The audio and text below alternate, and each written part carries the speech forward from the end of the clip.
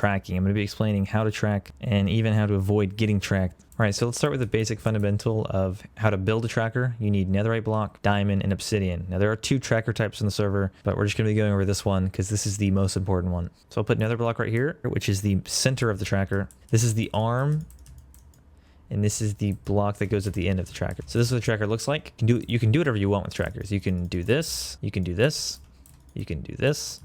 You can even stack it, which is a pretty popular thing. Don't be too confused by this. I'm just showing you that a tracker is just based on having the fundamental elements of netherite block, the arm, and the block at the very end, which is diamond. All right, so now on to values. Each obsidian block is worth 50 blocks.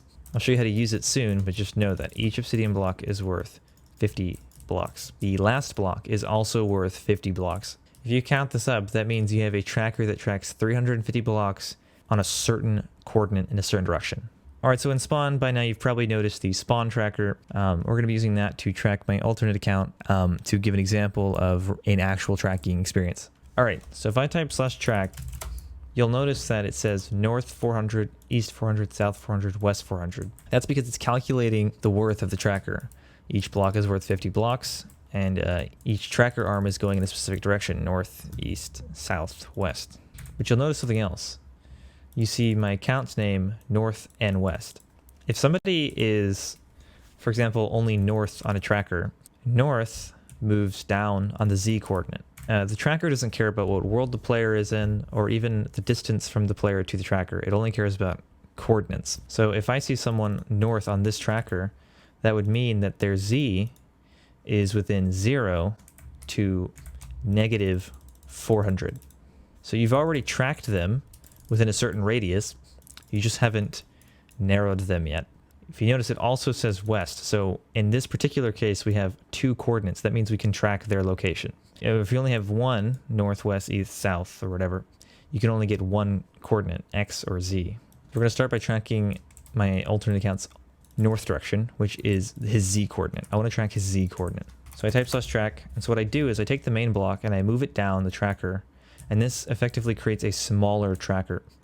This is because I want to see if he's within this range. I already know he's within this range, which is 400 blocks. Now I want to see if he's within this range. He is. So that means I have a closer narrow. Now I know he's within -2 to -252. So I'm going to just move him down 1 block at a time. All right, now he's not there.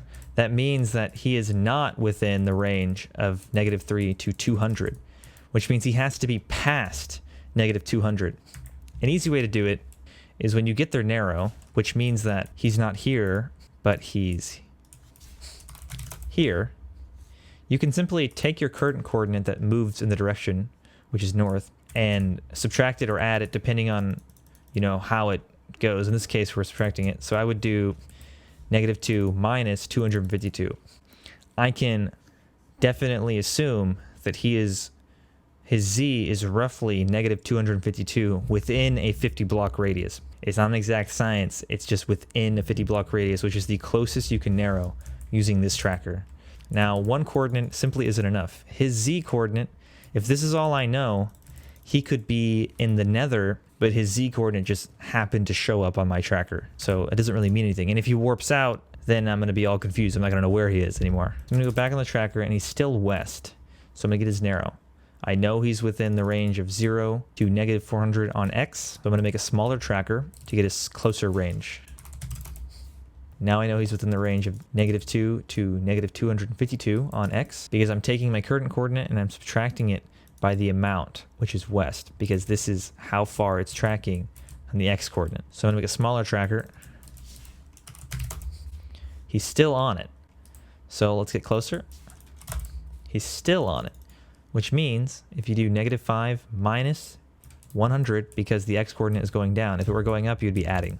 But the X coordinate is going down, so let's push it one closer. No longer there. So this particular location is his exact narrow.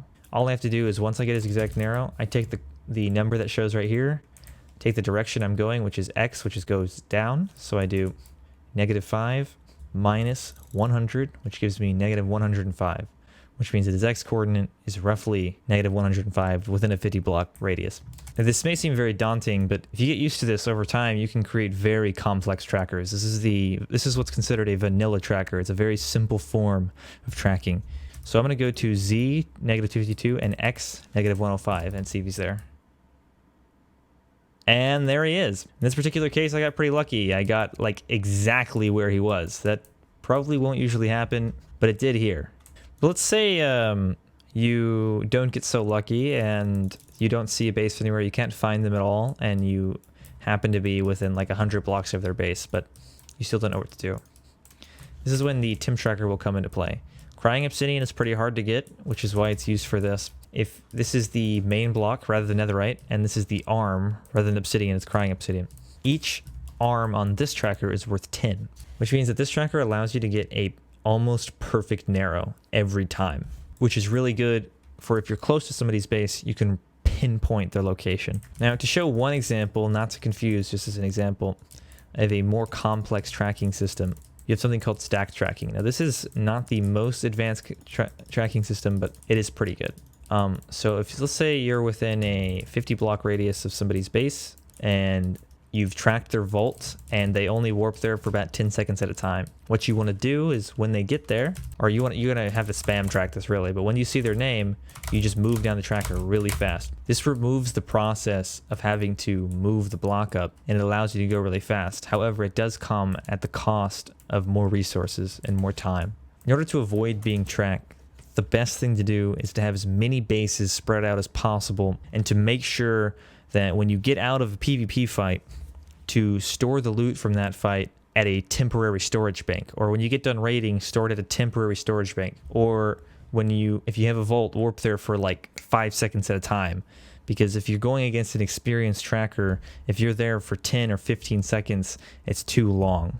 That's why you need to make AFK warps where you can just kind of chillax or even go to spawn. All right, that's it.